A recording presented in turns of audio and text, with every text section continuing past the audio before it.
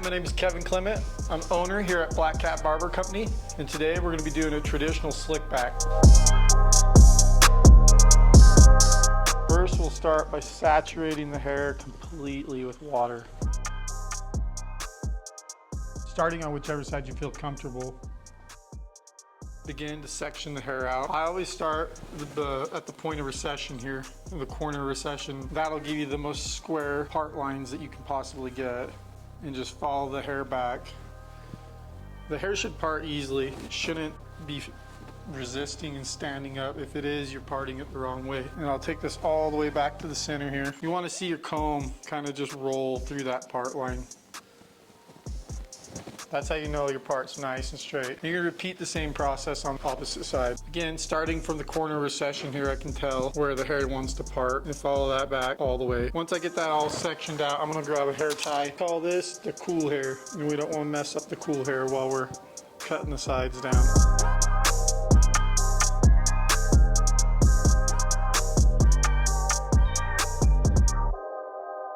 So once you have the top all sectioned out, shove this nice, clean looking little horseshoe type pattern. So starting here at the front, I'm gonna take my clipper comb. It's really important when you're doing these, especially with the traditional style, you want to keep a square shape. So you'll notice my clipper comb is resting right there on the highest point of the parietal ridge. Got the backbone of the comb resting against it, and I got a nice clean 45-degree angle. I'm just pressing firm enough that my comb can stay where it needs to when I cut it and doesn't move around. There I created a guide, and I'm just going to follow that guide, and I'm going to be following the shape of his head around. I'm going to come over here to this other side, and again the same thing.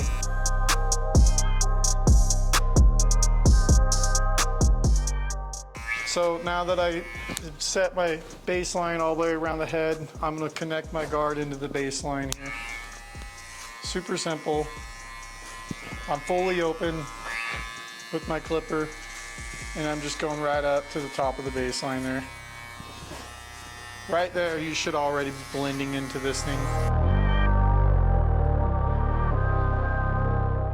And just literally, I'll just sit there and work my way around the perimeter here and just knock off all that bulk, excess weight hair, and blend it into the bottom of that baseline that we created with the clipper comb.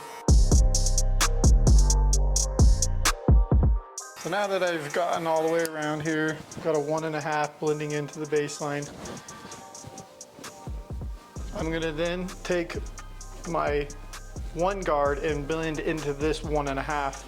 You could either, from this point forward, you could either connect the top or you can finish the bottom. Honestly, the choice is yours, whatever you feel comfortable doing. When I'm working in the shop, I'll start with the top and then bottom, or I'll do the bottom completely and then I'll connect the top. It's honestly your preference. There's no wrong way or right way. So.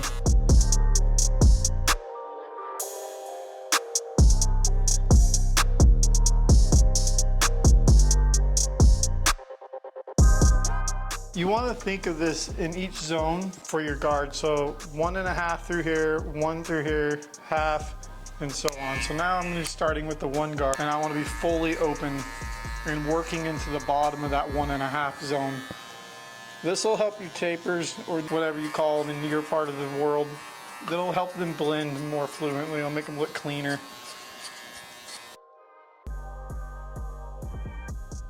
And I'm staying in that same zone all the way around the head. And then I'm gonna close my 1 halfway, and I'm gonna work my way halfway through that 1 zone all the way around again. Kind of get the point here. Now I'm gonna go fully closed on the clipper, and then I'll be at the bottom of my zone.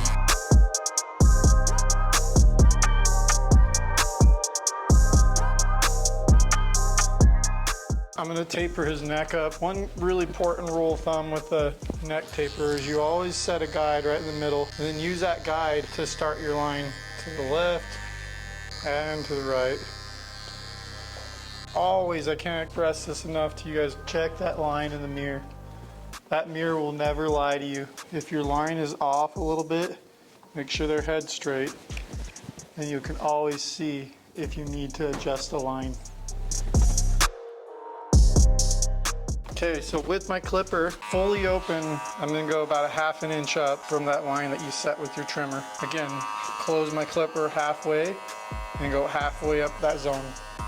And then clipper fully closed and just working at the very bottom of that zone that you created. You'll be using what you might hear a lot of, the 3-toothing technique. I do a lot of that. I'll then grab my half guard here and the same procedure, ½ an inch up from that zone you created there.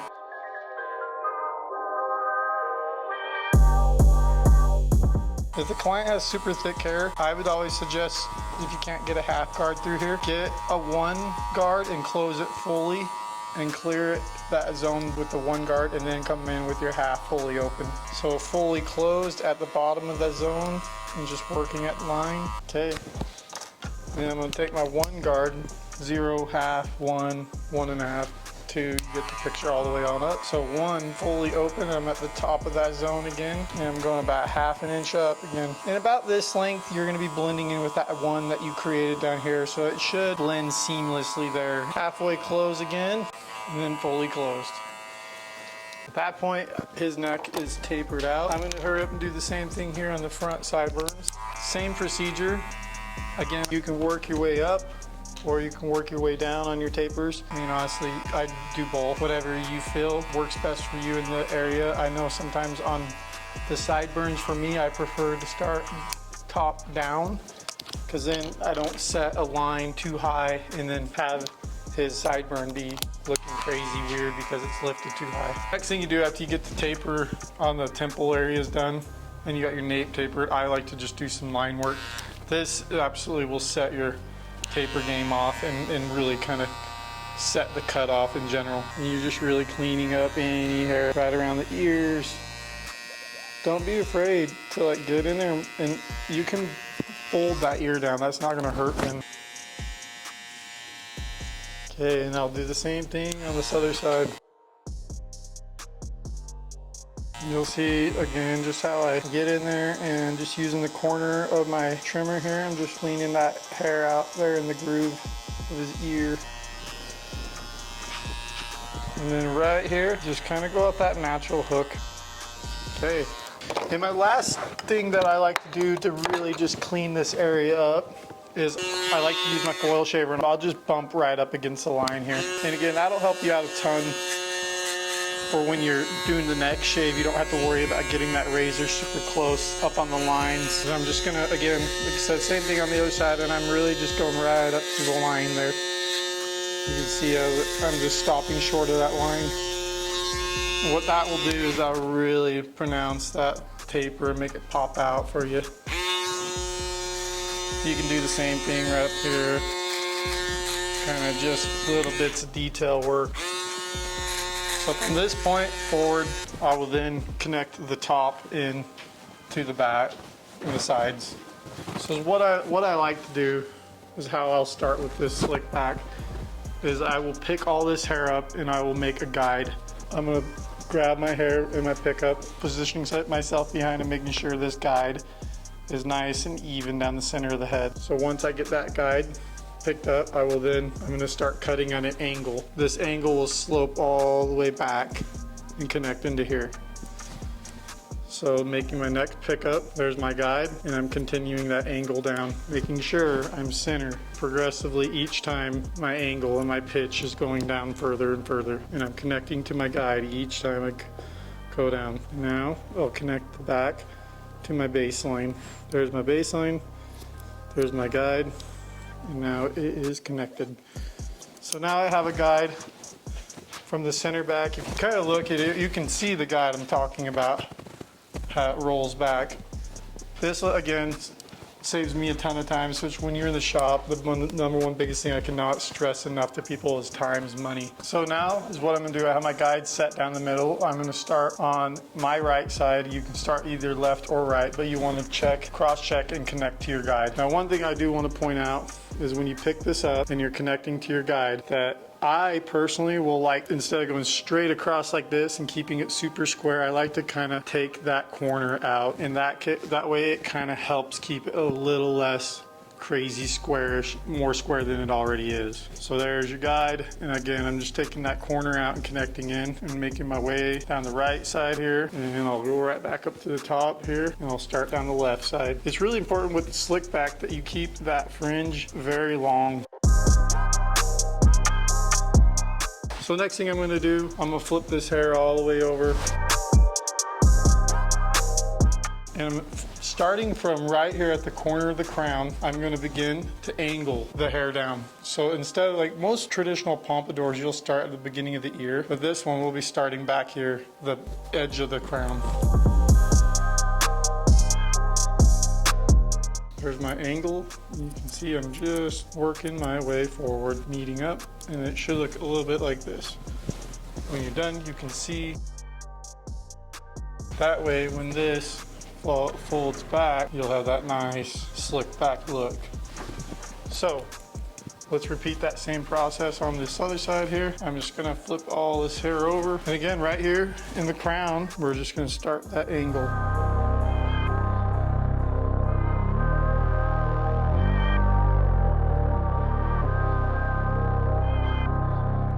So you kind of get a rough idea of how this will look. We still got to do some blending, but then you can kind of see it all kind of pulling itself together now. So next thing I'm going to do, I'm going to throw a little volumizer in there, heat protection. And then I'm going to blow dry this out. If you're not a barber that's using a blow dryer, then I really highly recommend you should get one in your tool belt. Blow dryer really helps you see so many things with hair that you just can't see with the hair being wet.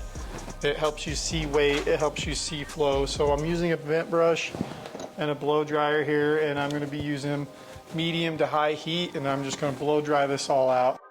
I'll be starting at the crown here, and then I'll just push this all forward and work it back. So.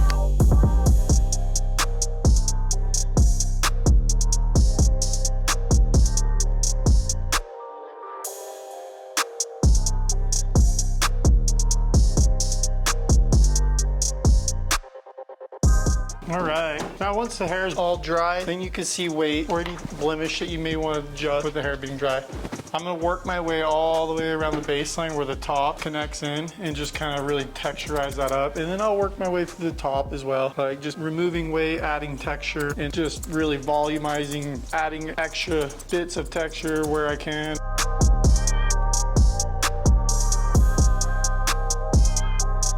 Really take your time on this baseline when you're blending it in. I like to work my way through with blending shears here, and I'm just picking it up, taking chunks all through left and right side and just hitting the tips of the hair with the texturizing shears. Something that might help you out a little bit too if you're working your way around this and you just feel like you got a weight line you can't get rid of. I like to take my clipper, fully open clipper comb, and just come in and pick it up.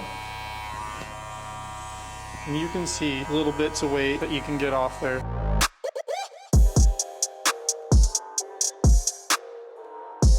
So from this point, the hair's been dried, blended. I'm happy with it. I'm gonna add product to it and finish it up. So for Marty style, I like to use matte. Shiny for dark hair, matte for like light brown, dirty blonde. I'm using my tips of my fingers and I'm just really working it down to the scalp.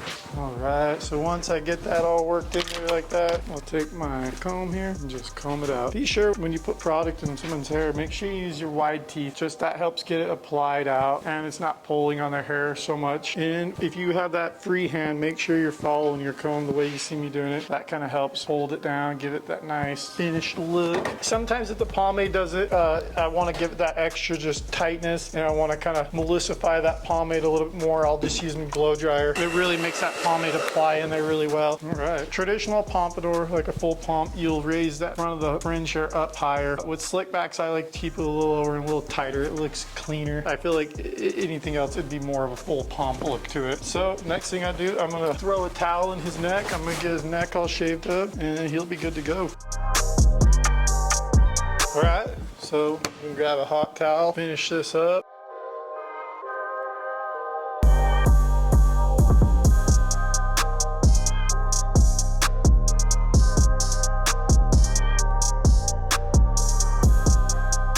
Once you get the neck all shaved up, make sure you get a little aftershave on there.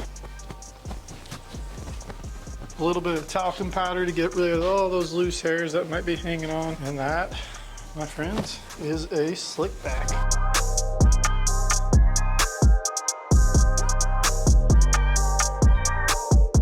Then, most importantly,